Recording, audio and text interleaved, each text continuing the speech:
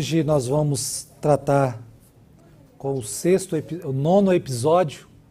Nós vamos dar continuidade à nossa exposição da carta do apóstolo Paulo escrevendo a Colossenses.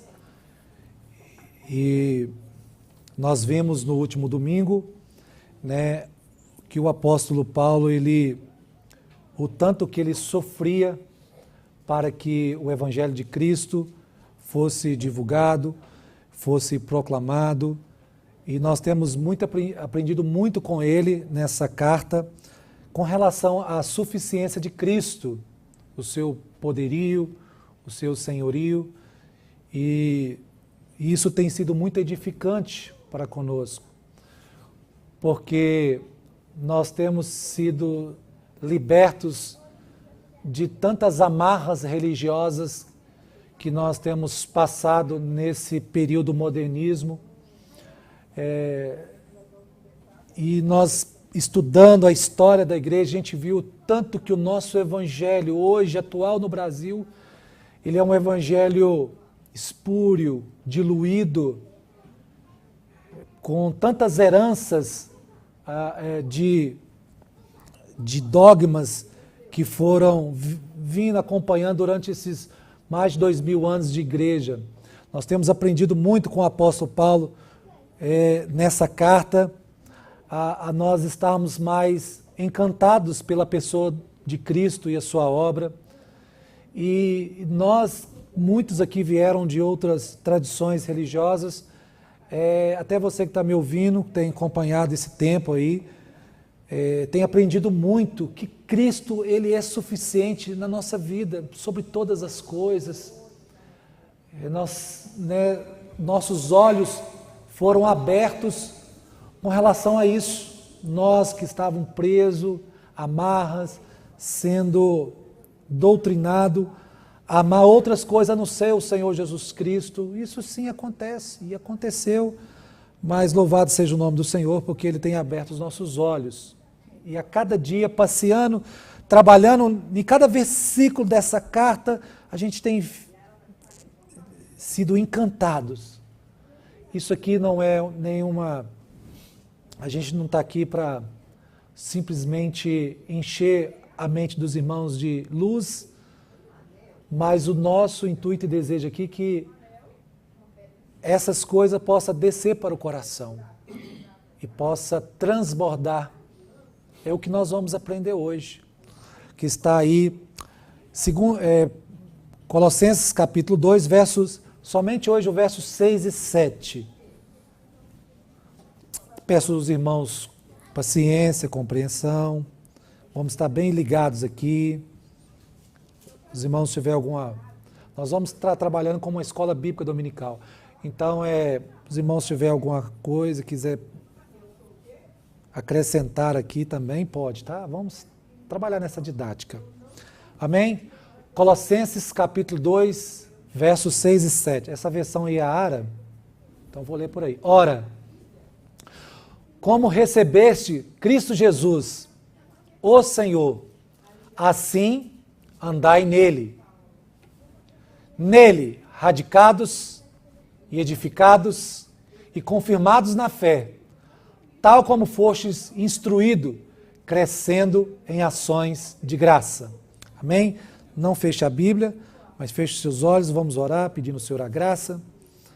Senhor, nós te agradecemos por esta manhã, por esse momento que nós temos até agora aqui passado com o Senhor, em oração, em cântico, expressando nossa gratidão.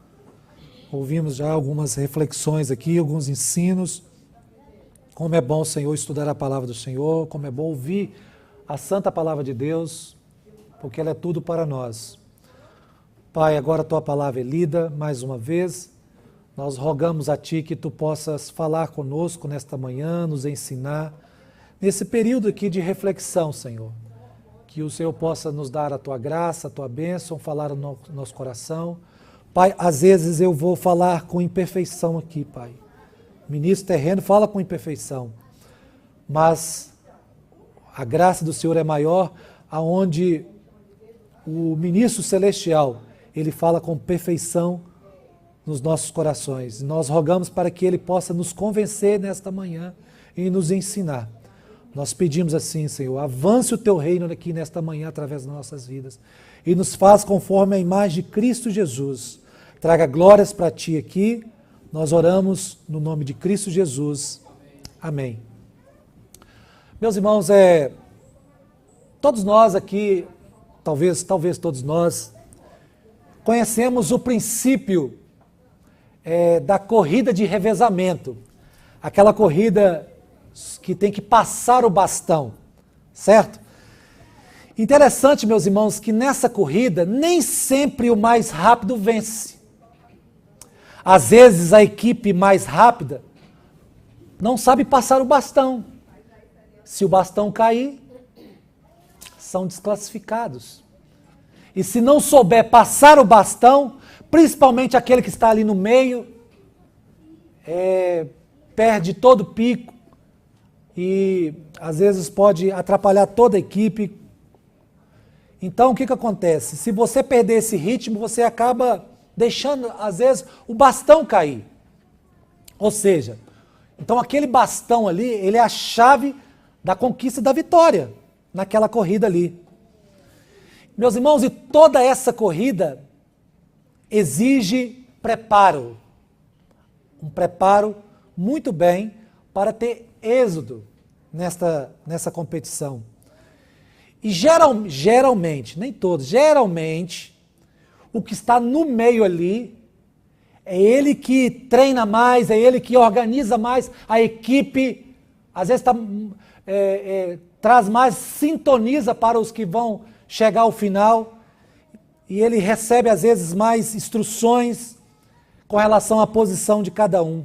Ou seja, muitas técnicas, tem que ter muita técnica e tem que ter muita habilidade. Então hoje, meus irmãos, nós vamos aprender aqui nesta manhã, nessa escola bíblica, diante dessa ilustração aqui, que na vida cristã nós devemos passar o bastão. Mas nós não podemos passar o bastão de qualquer forma, de qualquer jeito. Essa ilustração, meus irmãos, é um conjunto de verdades. Porque na vida cristã, nós somos encorajados a passar esse bastão. As crianças estão recebendo o bastão lá atrás. Nós, pais, estamos passando o bastão para as próximas gerações. Então esse bastão precisa ser passado corretamente, com instruções. Porque não é simplesmente deixar lá na prateleira da sua casa como algo, como relíquia, não. Como um tesouro guardado ali, não. Mas como bastão que passamos diante para as pessoas, nós aprendemos assim e temos esse entendimento, essa convicção certa que nós devemos passar o bastão da nossa vida, do nosso entendimento. E o texto que lemos, meus irmãos, ele é o tópico principal aqui. Por quê? Porque ele ilustra tudo aquilo que nós aprendemos nos versículos anteriores. Nesses 2 versículos, nós vamos aprender que tudo aquilo que nós aprendemos do capítulo 1 até o capítulo 2, o verso 5, tudo aquilo ali foi teórico, foi teologia, foi ensino. Agora, nesses 2 versículos que nós lemos aqui nesta manhã, esses versículos vão nos ensinar agora a colocar em prática tudo aquilo que nós aprendemos. Então, esses 2 versículos, são 2 versículos de transição. Então, primeiro Paulo ensinou a doutrina.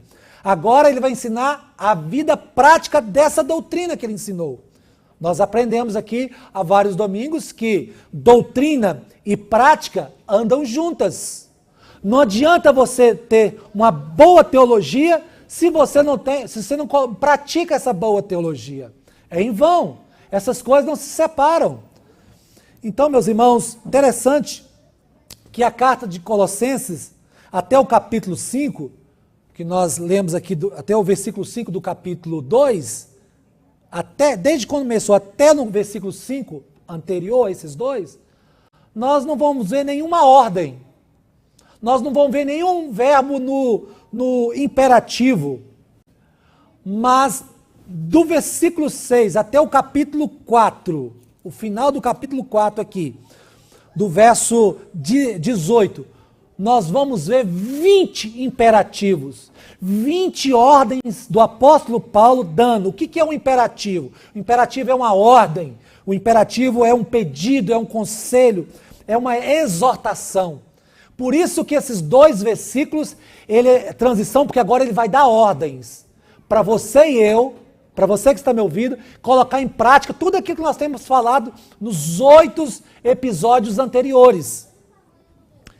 E meus irmãos, a partir desse verso 6, então nós vamos aprender, e um desses imperativos aqui, dessas ordens, é esse aí, ó, andai nele. Isso é uma ordem, uma exortação. Então, agora ele passa de um estágio da carta de exortação, dando ordem para que cada um de nós que aprendemos. Por isso, meus irmãos, que é bom a gente sempre estar acompanhando essa exposição, porque senão a gente fica perdido. Se a gente perder um episódio, a gente às vezes não consegue ligar, porque eu vou falar de coisas aqui que às vezes, por exemplo, a Elia ali vai lembrar, isso foi falado há tempos atrás, aqui quando começou, agora eu estou entendendo. Porque o Espírito Santo ele é sábio, ele é soberano, ele trabalha nessa didática conosco. Então, meus irmãos, essas exortações, Tiago, que o apóstolo Paulo vai ensinar para os irmãos colocar a prática aqui, isso são palavras de encorajamento. Às vezes, eu, pela imperfeição, posso falar imperfeição, mas o Espírito de Deus que está no nosso meio, agir no nosso meio, soprando no nosso coração, ele fala com perfeição. Então, mas por mais que as palavras que nós falamos aqui nesse púlpito são palavras veementes, fortes, com expressões, às vezes as pessoas falam assim, não é muito forte, mas é isso mesmo. Por que então fala com tanta assim? Porque seu coração é enganoso, o seu coração é rebelde. O meu e o seu coração, às vezes, numa linguagem metafórica, é surdo. E às vezes nós temos que falar com mais veemência para romper essa surdez do nosso coração. Então ele vai tratar de alguns assuntos aqui, que são importantes para a igreja brasileira e também são importantes para nós, Renata, aqui da Igreja Batista de Boston.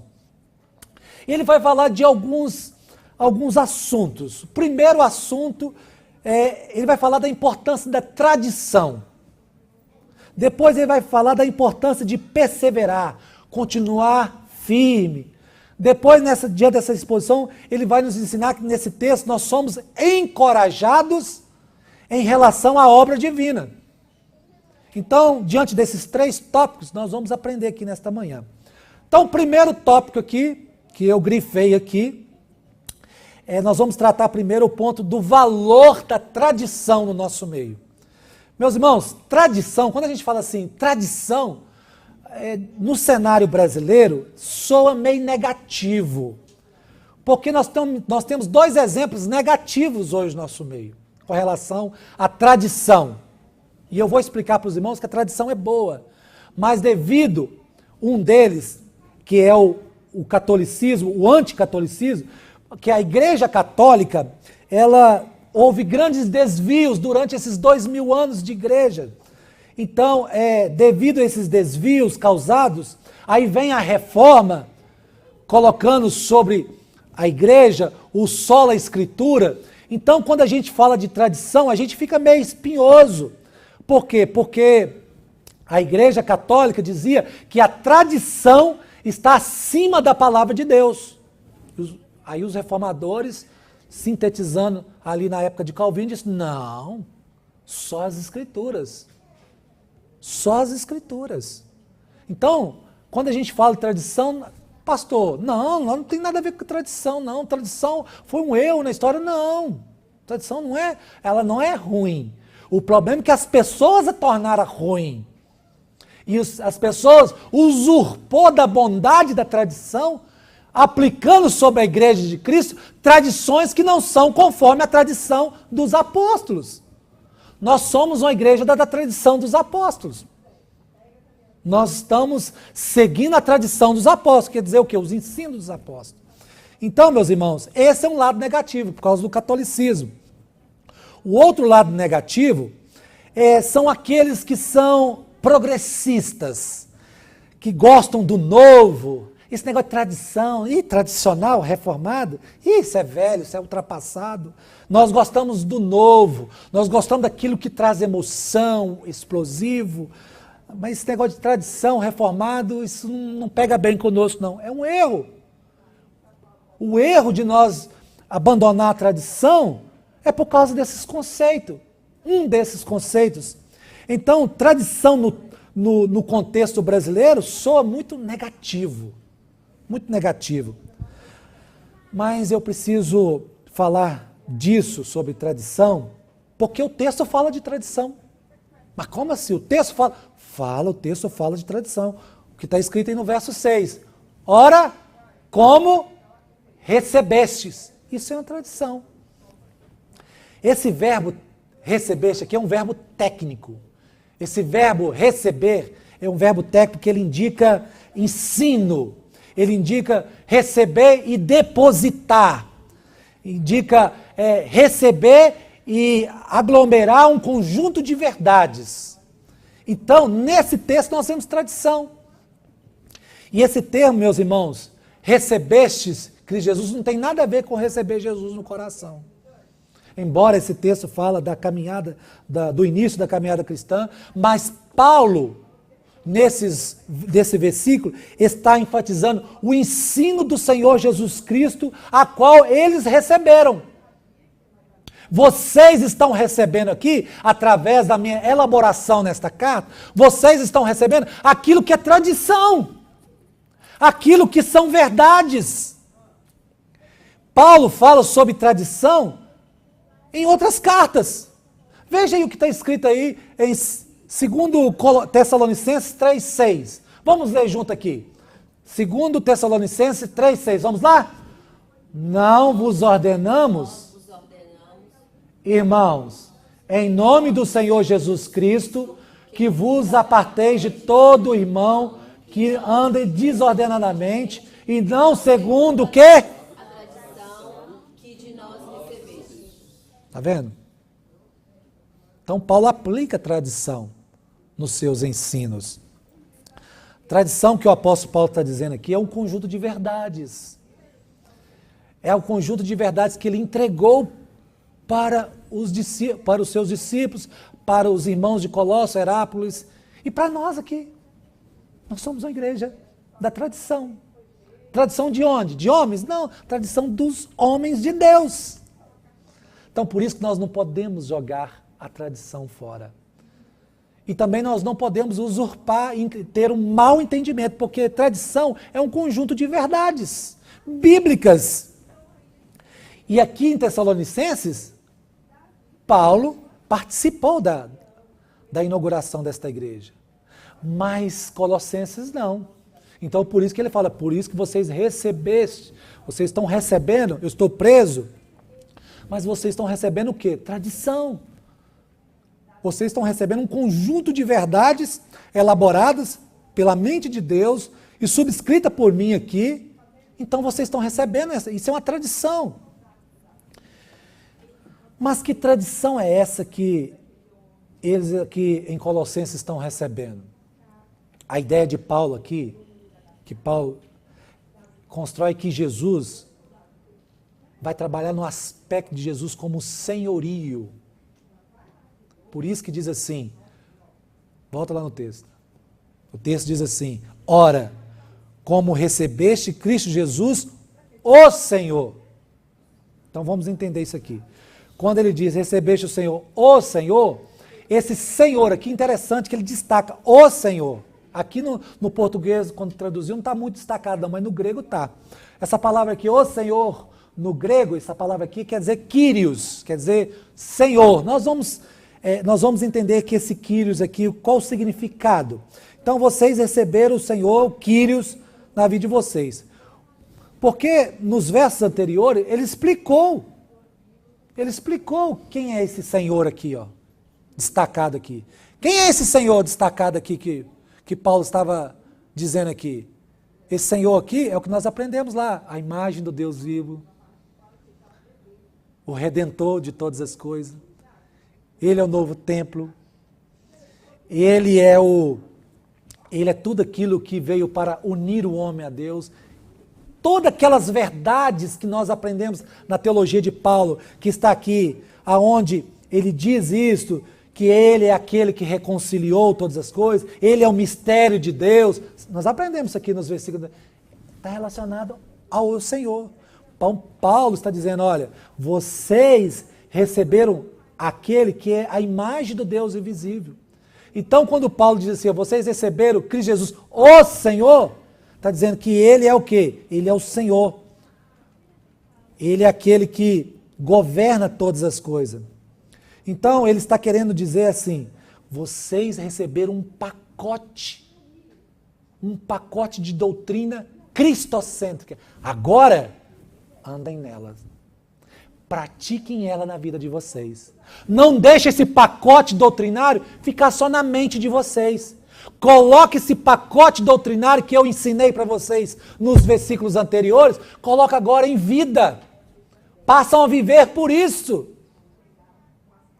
Por isso, meus irmãos, que a nossa vida está ao redor de Cristo.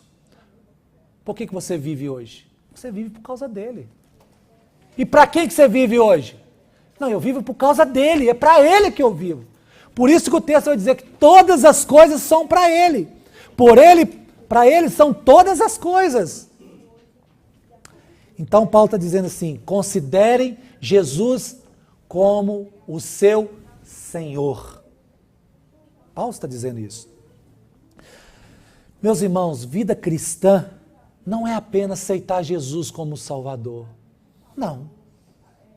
Vida cristã é também submeter Ele como o Senhor da nossa vida. Sabe por quê, Eli? Que às vezes nós desassociamos Salvador e Senhor. Às vezes Jesus, querido, para algumas pessoas, é só Salvador.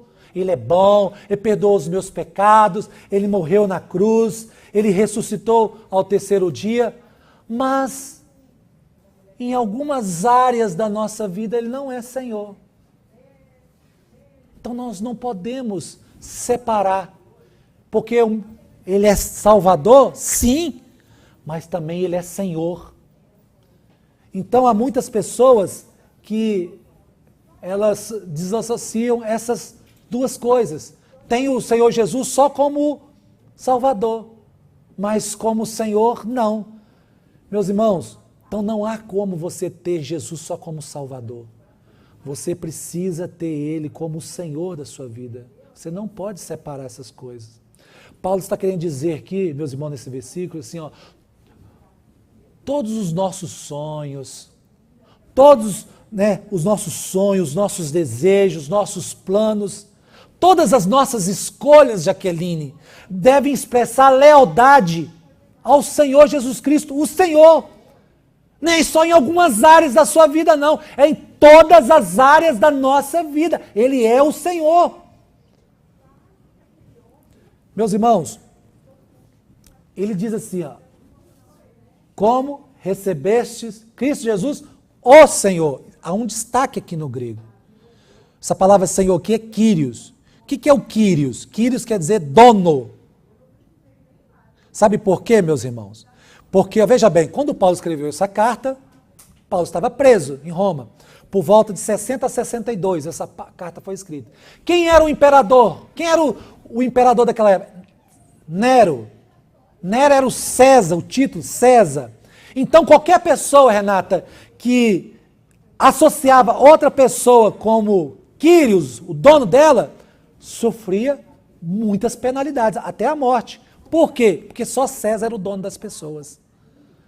E você dizer assim, não, Jesus é o meu Quírios, o meu dono, você estava colocando na sua cabeça a prêmio. Vocês lembram da mulher cananeia? A mulher cananeia, Jesus foi lá para o lado dos filícios, aí veio uma mulher atrás dele gritando, Jesus, filho de Davi.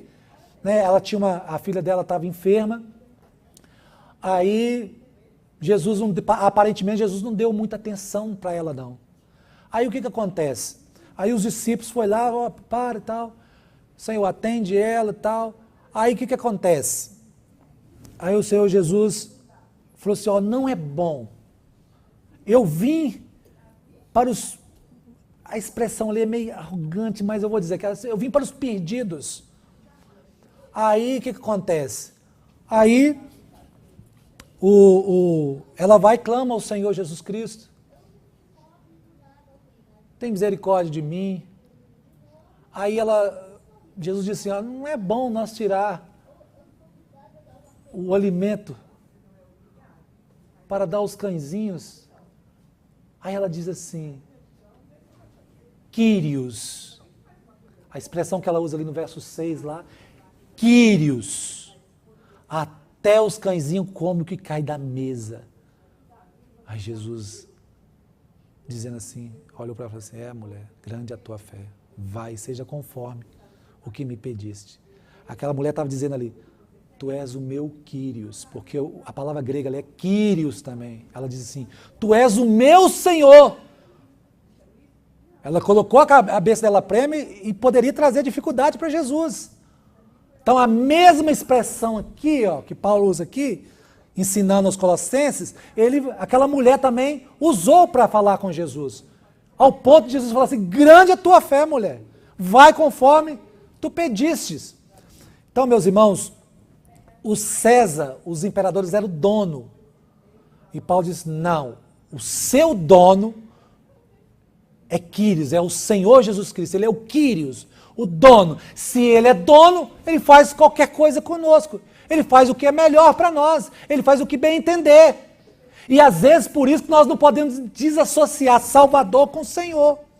Porque tanto ele é o nosso Salvador, como ele é o nosso Senhor. Meus irmãos, e um dos grandes motivos dos problemas dentro dos casais é porque os casais não têm colocado o Senhor como o Quírios da sua vida, o Quírios do seu relacionamento. Muitas vezes esses relacionamentos são rompidos porque o Senhor Jesus não tem sido o Senhor do casamento, desse relacionamento. Eu quero trazer um alerta para você que está me ouvindo aqui, que diz assim, mas pastor, eu creio no Senhor Jesus Cristo. Não duvide disso, pastor. Ele é o Senhor da minha vida. Meus irmãos, e às vezes eu não tenho dúvida que ele é o Senhor da sua vida. Mas o problema, sabe o que é, Jacqueline? Que o nosso coração é propício a dividir a glória de Deus com outros deuses. O nosso coração, meus irmãos, é propenso a ter mais de um Senhor. Esse é o problema. Mais de um Senhor. E se nós temos mais de um Senhor, nós teremos lealdades diferentes. Nós vamos querer agradar mais a um e aborrecer o outro. Não foi isso que Jesus disse lá em Mateus 6, 24? Coloca aí para você ver. Vou colocar na tela aqui. Mateus 6, 24. Olha para você ver o que Jesus fala sobre ter outros senhores. Ninguém pode servir a dois o quê?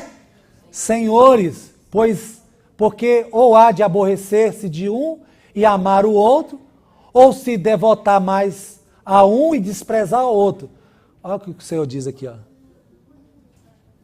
Vocês não podem servir a Deus e as riquezas. Jesus deu autoridade de Senhor para as riquezas, mas não deu para o diabo, já reparou isso? E às vezes, como o Zequinha citou aqui, o irmão citou aqui também no louvor, por isso, Giovanni, que nós não podemos ter dois senhores na nossa vida. Nós vamos amar mais um e aborrecer o outro. Por isso que ele deve ser o nosso Quírios, ele é o nosso dono. A nossa devoção é só para ele. O problema também não é riqueza. Estava conversando com o Renato essa semana. O problema é amor à riqueza. Um amor que excede ao amor de Cristo. Riqueza é bom, Tiago? Sim. Dinheiro é bom? Sim. Aonde? No coração ou no bolso? No bolso. Vocês lembram lá? Onde estiver o seu tesouro, estará ali também o seu coração? Então, meus irmãos, nós devemos compreender isso. Não temos o Senhor Jesus simplesmente como o nosso Salvador, mas nós devemos ter Ele como o nosso Senhor. O Senhor é o quê? Aquele que governa, aquele que manda, desmanda, no bom sentido da palavra, dizendo assim.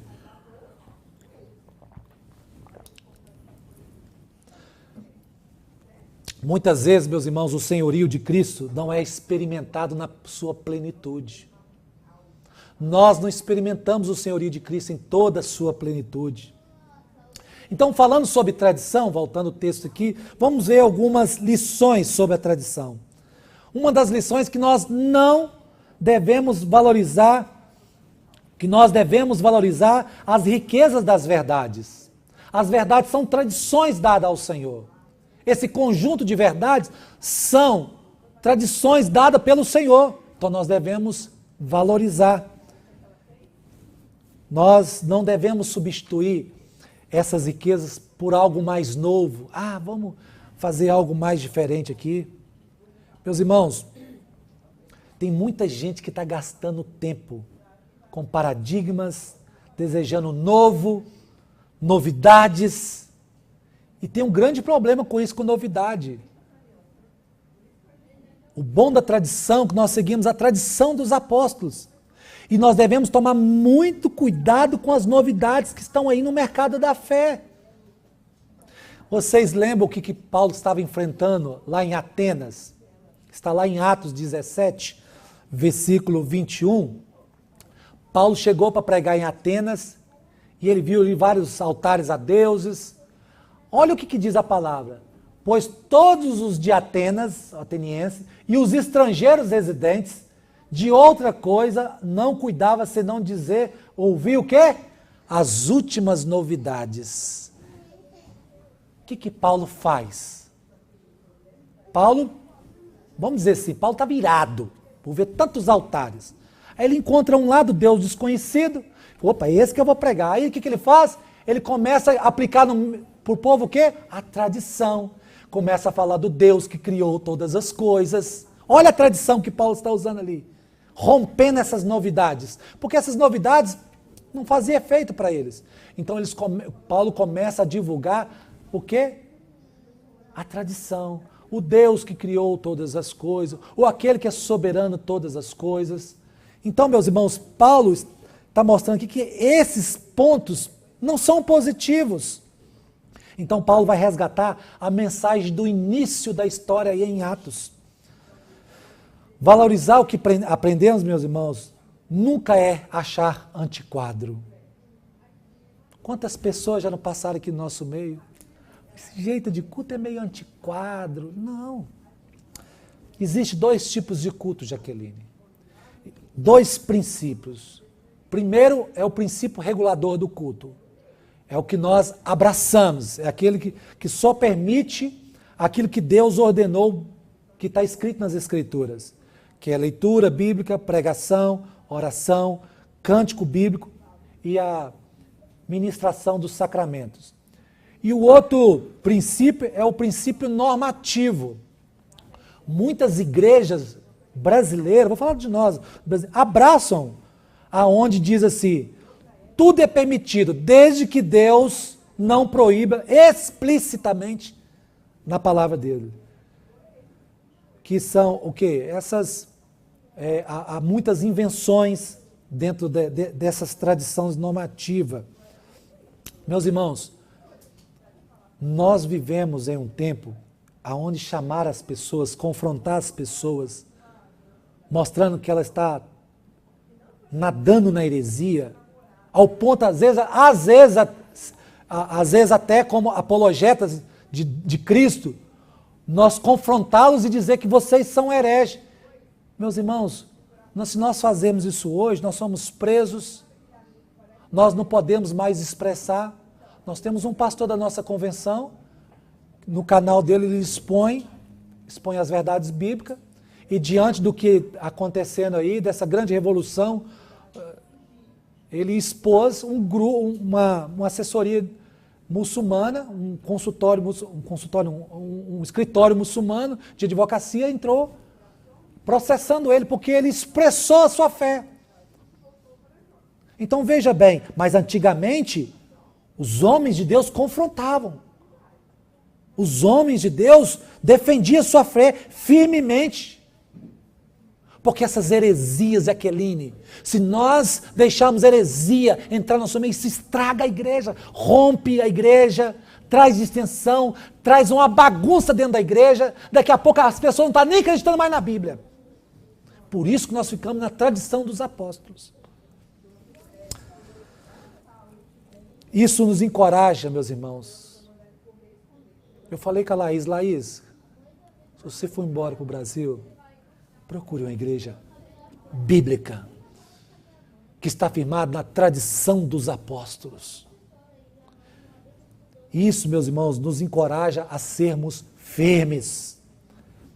A Renata está lá trabalhando, ouve cada coisa, continua firme, Renata, em proferir as verdades e defendê-las. Não pense, presta atenção, você que está me ouvindo, você que está aqui também, não pensa que ser humilde, eu sou humilde por não saber a verdade. Pelo contrário, a verdade nos foi dada. Então nós devemos proclamar ela com gosto, com intensidade e com convicção. Não devemos abrir mão da verdade. Obscurecer a verdade, meus irmãos, não é um modo humilde, mas sim um modo de arrogância. Por isso que eu e você somos encorajados, domingo a domingo, reuniões após reuniões, a ler a palavra, a buscar a Deus pela palavra, a conhecer a palavra de Deus. Porque se nós não conhecermos a verdade de Deus, a palavra de Deus, nós vamos receber ensinos errados. Toma muito cuidado, o que mais tem nessa internet é pessoas levando ensinos errôneos, errados. Nós devemos conhecer a verdade, porque Cristo, na sua clareza, da sua revelação, foi suficiente nas Escrituras para nós. Devemos estar buscando a verdade. Eu fiquei muito feliz, aproveitar que ele saiu aqui, para falar dele. Nessa última quinta-feira, ele falou, pai, me dá a chave aqui que eu quero levar um grupo de colegas lá na igreja. Eu posso levar lá? Eu falei, o que você vai fazer lá? Jovens já viu, né? Não, nós vamos estudar a palavra de Deus. Ele trouxe pessoas do catolicismo, de outras denominações, e vieram aqui, ficaram aqui, Zequinha, uns 40 minutos, uma hora, estudando a palavra de Deus, entrando naquelas questões meio espinhenta, e depois foi ali. Meus irmãos, nós devemos ter esse interesse. Nós fizemos esse grupo de varões aí, é para isso mesmo. Para nós podermos ter essa liberdade de conhecer mais as Escrituras. A verdade não está só com o pastor da igreja, não. A verdade está em vocês, está em vocês. Cristo Jesus em vocês, esperança da glória. Em Cristo Jesus está toda a riqueza. E o Espírito dele habita em mim e você. E quando nós partimos para as Escrituras, para estudar a palavra de Deus, somos todos iguais, meus irmãos. Se nós clamarmos ao Espírito Santo, ele abrirá o nosso entendimento. Então nós precisamos ter desejo de conhecer as verdades de Deus. E Deus pode fazer isso. Mas pastor, eu tenho uma dificuldade para ler. Você precisa clamar ao Espírito Santo para ele colocar esse desejo, apagar alguns desejos no seu coração que está ofuscando esse sentimento e desejo de ler as Escrituras, para que esses desejos sejam trocados para ler a palavra. Eu quero encorajar, nós somos encorajados aqui nesta manhã, eu quero encorajar você, pai, mãe, vocês que são pregadores também da palavra de Deus, a cada vez mais se aprofundar nas Escrituras, preocupar para passar o bastão. O que você vai passar adiante? Você vai passar adiante aquilo que você está o quê? Aprendendo. E o que você está aprendendo nesse último momento? Você tem se dedicado à palavra, às verdades de Deus? Então, nesse primeiro ponto aqui, nós trabalhamos com relação à tradição, para nós termos mais convicção nela e menos receio de falar de tradição. O outro ponto, meus irmãos, que nós queremos destacar aqui, é como é importante nós perseverarmos na doutrina, entendendo o seu papel dela no nosso estilo de vida. Paulo vai dizer assim, ó, volta no texto lá. Assim, ora, ou seja, diante de tudo que nós estudamos, tudo aquilo que vocês receberam, Cristo Jesus o Senhor, agora vocês andem nele. Agora vocês andem nele. Andar nele é o quê? É um estilo de vida. Andar em Cristo, Jaqueline, é um estilo de vida. O seu estilo de vida tem que ser conforme ao estilo de Cristo. Ao estilo daquilo que Cristo nos deu pela sua palavra. Você não pode sair por aí andando de qualquer forma. Por que você não pode vestir de qualquer jeito? Por que você não pode falar qualquer coisa? Por que você não pode ouvir qualquer coisa? Porque você não pertence a você. Eu não pertenço a mim. Eu pertenço àquele que é o meu dono, o Senhor. E o Senhor me ensinou, através da sua palavra, como eu devo falar, o que eu devo ouvir, como eu devo caminhar. Então, meu estilo de vida é que eu devo andar conforme nele. Por isso que está aí, ó, andem nele. O meu estilo de vida, Davi, está baseado naquilo que eu recebi dele. Há muitas pessoas, meus irmãos, que andam com o seu estilo de vida conforme o que a placa da igreja está ensinando. Nada mais. Eu não posso usar isso porque a igreja proíbe. Eu não posso, às vezes, comungar com outras pessoas porque a igreja não permite.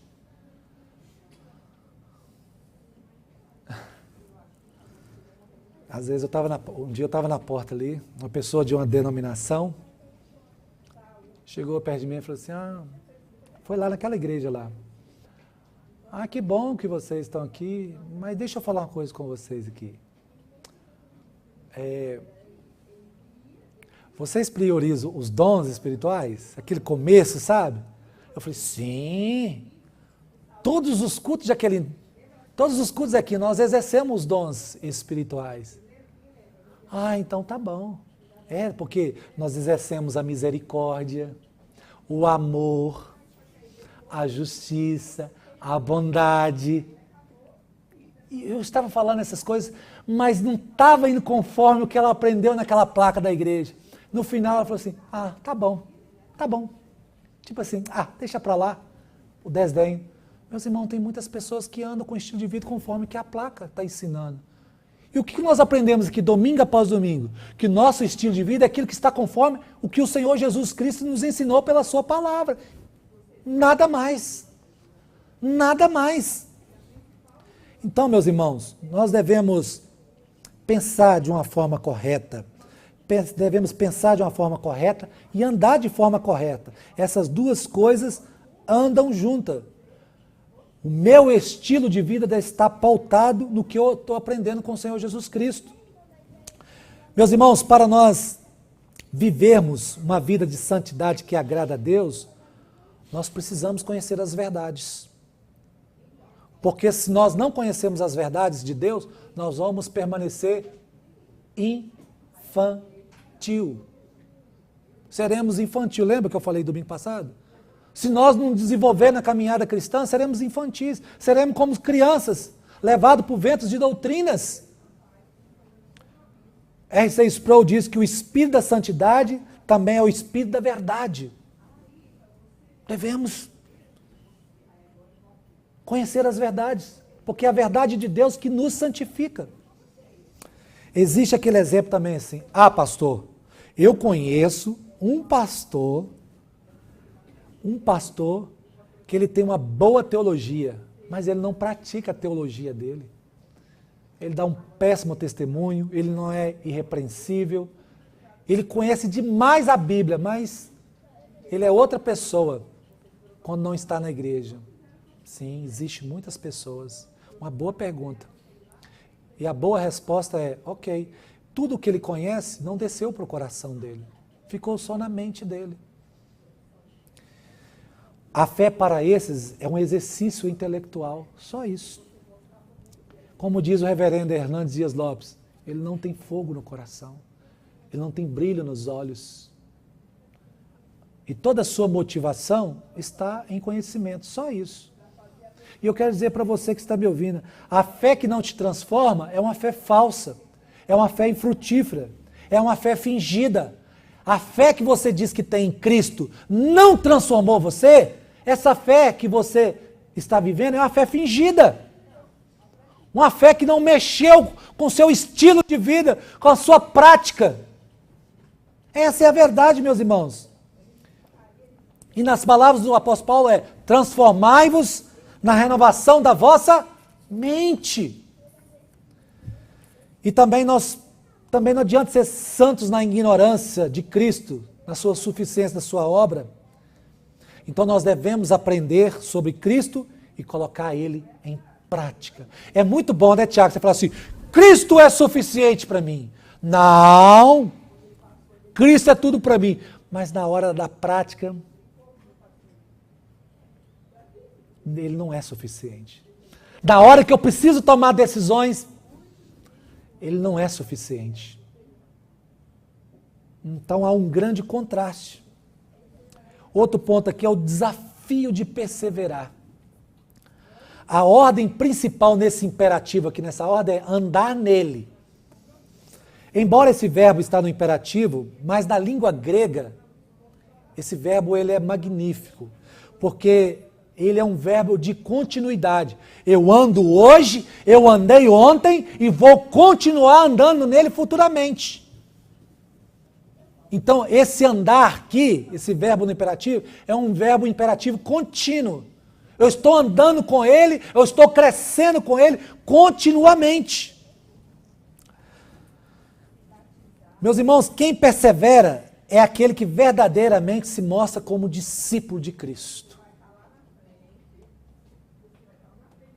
Aquele que não recua é aquele que exala a sua identidade como discípulo de Cristo. Às vezes a luta é intensa, às vezes a batalha é intensa, às vezes o sono é intenso, às vezes tudo contribui, às vezes para você não estar aqui, reunido com os santos, às vezes tudo contribui para você não ler, não orar, mas você persevera.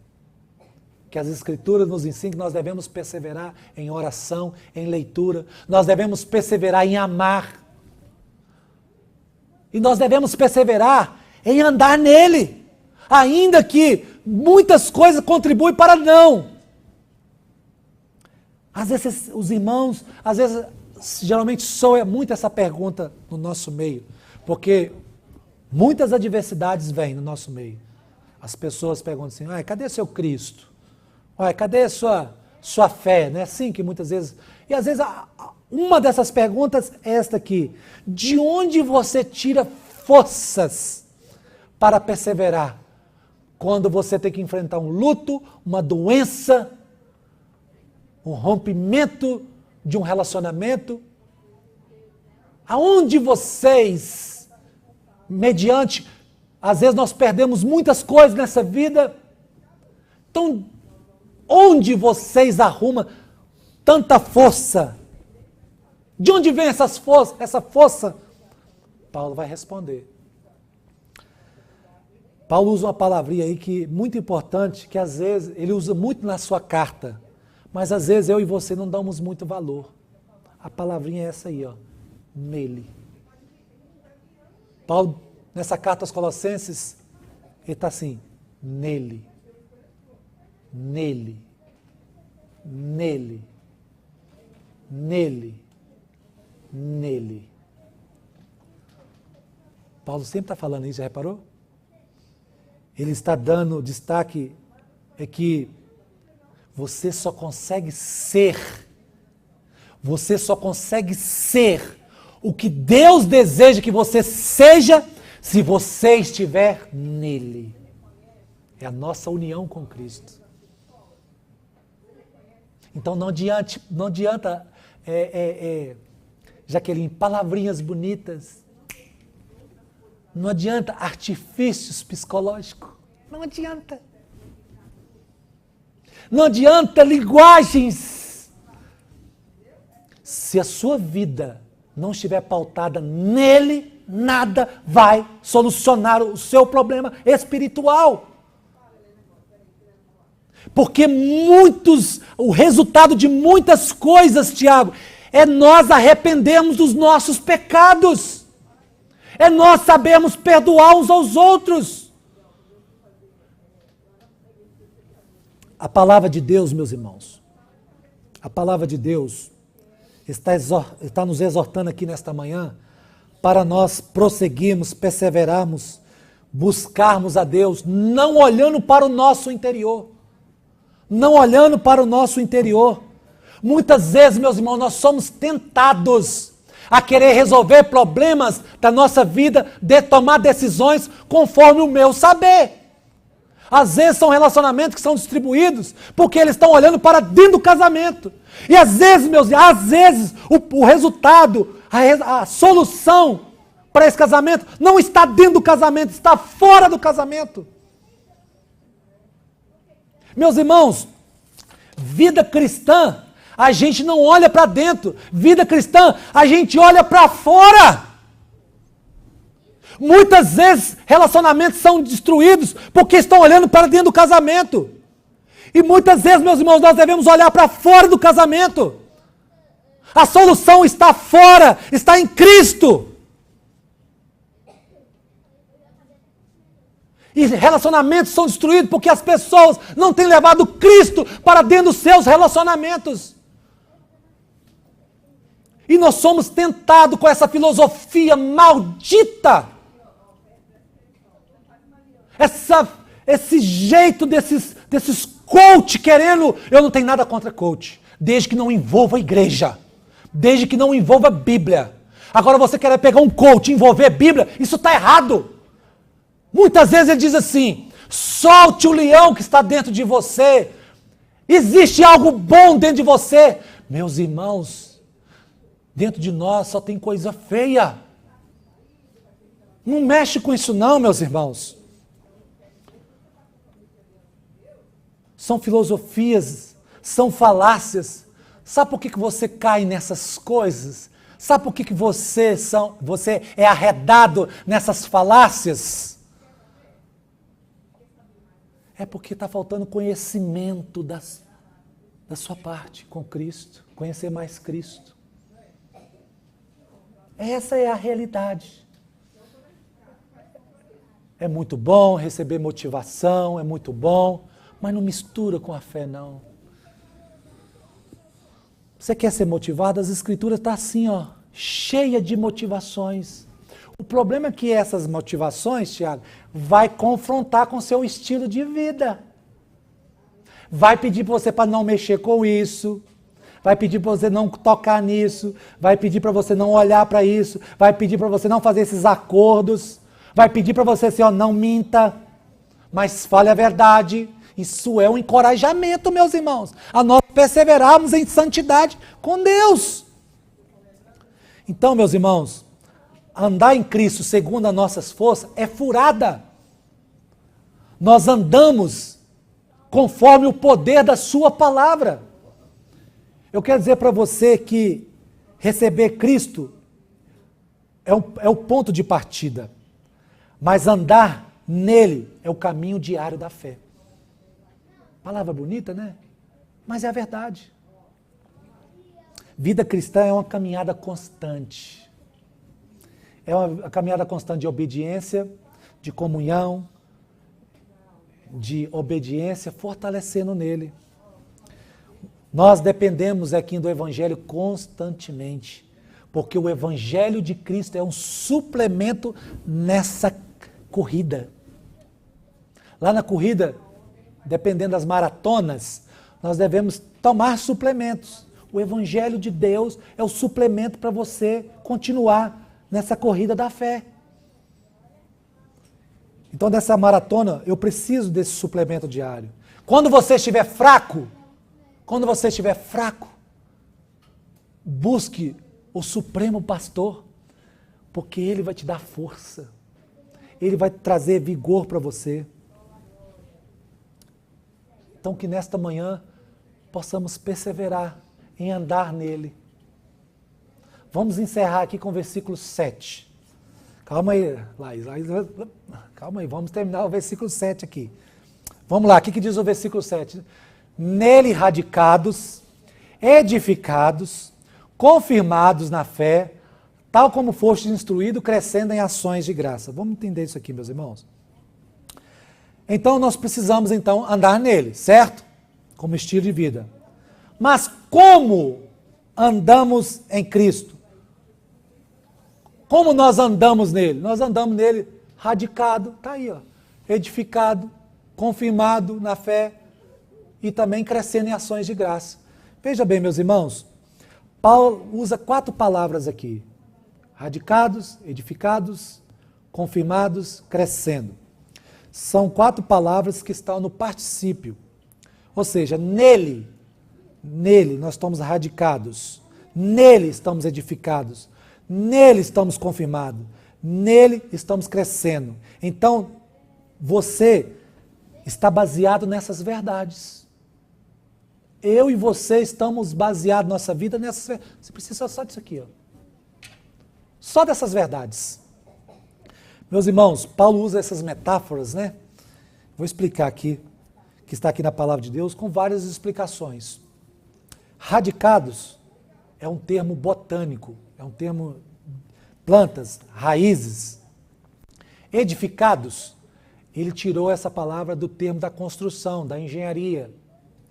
E confirmado, essa palavra aqui, confirmado, é um termo jurídico, ou seja, algo que tem a ver com ratificados por lei. Então, Paulo, na obra de Cristo, está usando essas analogias para mostrar que você precisa andar nele, em Cristo, nessas coisas. Interessante, meus irmãos, que o particípio do radicado aqui acontece uma vez só. Esse radicado aqui, quer dizer, enraizado. Você foi plantado em Cristo. Isso acontece uma vez só. É a mesma doutrina da justificação. Justificação nós aprendemos que é uma vez só. Uma vez justificado, diante de Deus, estamos justificados. Os outros 2, então, antes de mais nada, se você está plantado em um bom solo, você não precisa, quando outras pessoas chegarem e falar assim, vem cá, eu tenho um adubo diferente aqui para você, ó. Vai te dar mais energia. Não, você não precisa disso. Porque o solo que você está plantado é ótimo. Você só precisa desse solo, que é o solos Cristos, né? Então, meus irmãos, você não precisa de outro solo. O segundo e o terceiro são 4. O primeiro é uma coisa que acontece uma vez só.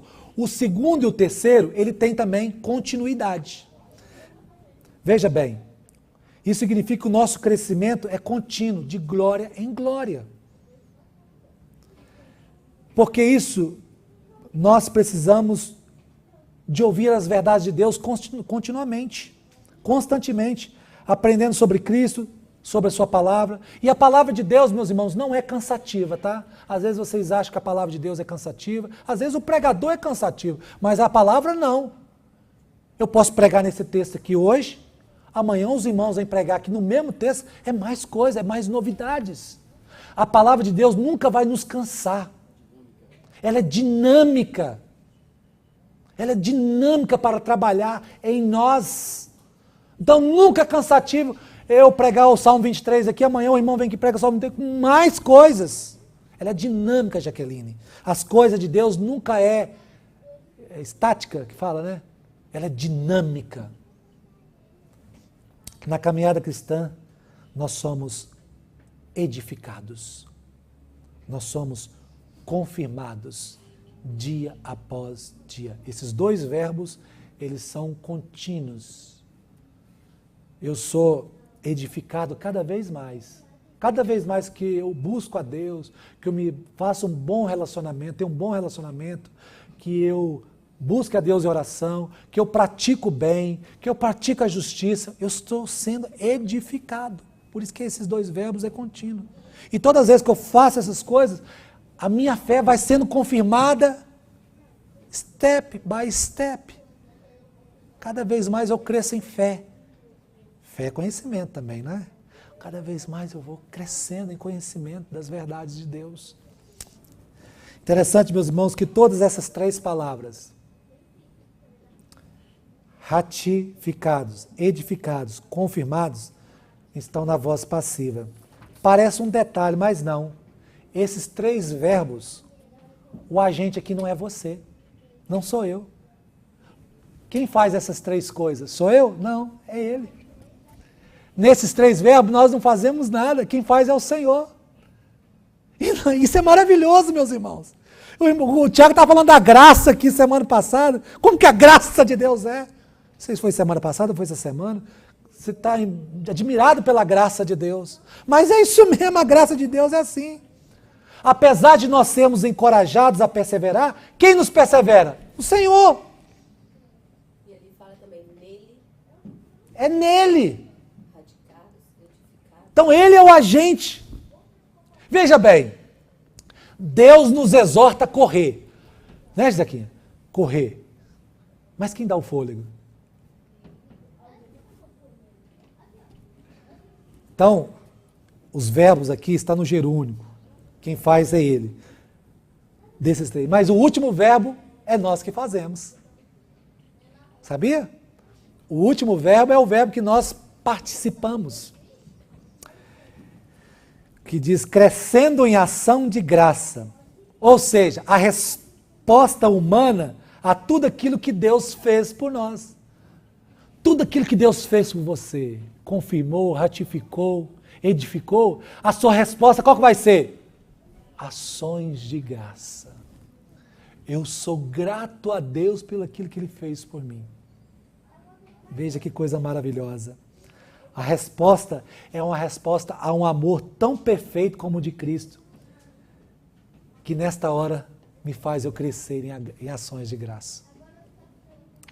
Então, meus irmãos, crescendo em ações de graça para nós deve ser um resultado natural, Renata. Não adianta eu ficar cobrando você. A ação de graça é uma resposta que deve ser natural, sem imposição. Pois a vida centrada em Cristo nos faz transbordar em gratidão, Tiago. Então, o verdadeiro crescimento espiritual se reconhece não apenas pelo conhecimento que você tem, mas também pela gratidão que você tem com Deus. E um coração grato, meus irmãos, é o termômetro da vida espiritual. Quanto mais conhecemos a Cristo, mais nós somos gratos a Ele. E se você não tem recebido essa transformação, alguma coisa está errada na sua vida. Não adianta você ter uma boa teologia se você não a pratica. Então pense nisso. Pense nisso. Vamos pensar, refletir sobre isso. Meus irmãos, eu quero encerrar essa mensagem. Esperar as crianças voltarem.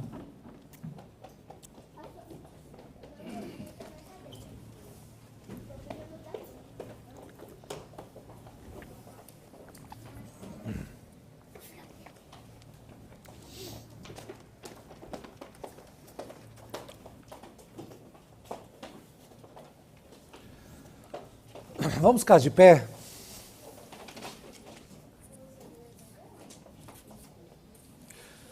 Meus irmãos, eu quero encerrar essa mensagem.